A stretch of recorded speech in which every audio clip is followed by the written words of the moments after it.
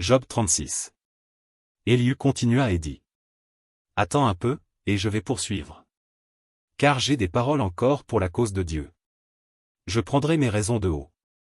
Et je prouverai la justice de mon Créateur. Sois en sûr, mes discours ne sont pas des mensonges. Mes sentiments devant toi sont sincères. Dieu est puissant, mais il ne rejette personne. Il est puissant par la force de son intelligence. Il ne laisse pas vivre le méchant. Et il fait droit aux malheureux. Il ne détourne pas les yeux de dessus les justes. Il les place sur le trône avec les rois. Il les y fait asseoir pour toujours, afin qu'ils soient élevés. Viennent-ils à tomber dans les chaînes? Sont-ils pris dans les liens de l'adversité?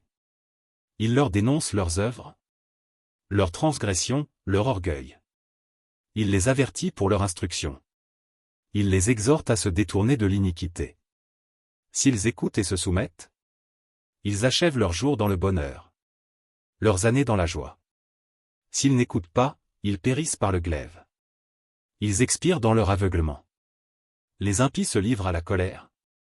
Ils ne crient pas à Dieu quand il les enchaîne. Ils perdent la vie dans leur jeunesse.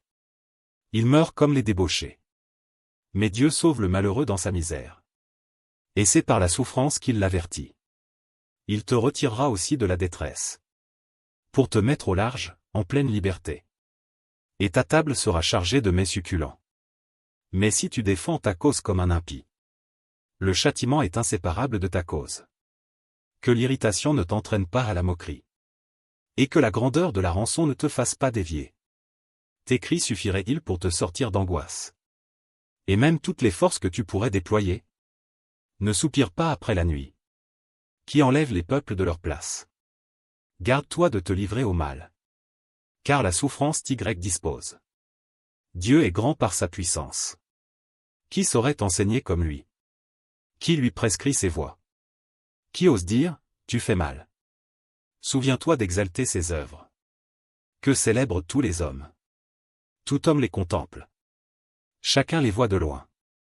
Dieu est grand, mais sa grandeur nous échappe. Le nombre de ses années est impénétrable. Il attire à lui les gouttes d'eau.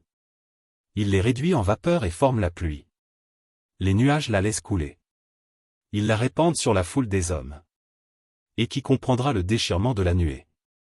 Le fracas de sa tente? Voici, il étend autour de lui sa lumière. Et il se cache jusque dans les profondeurs de la mer. Par ses moyens il juge les peuples. Et il donne la nourriture avec abondance. Il prend la lumière dans sa main. Il la dirige sur ses adversaires. Il s'annonce par un grondement. Les troupeaux pressentent son approche.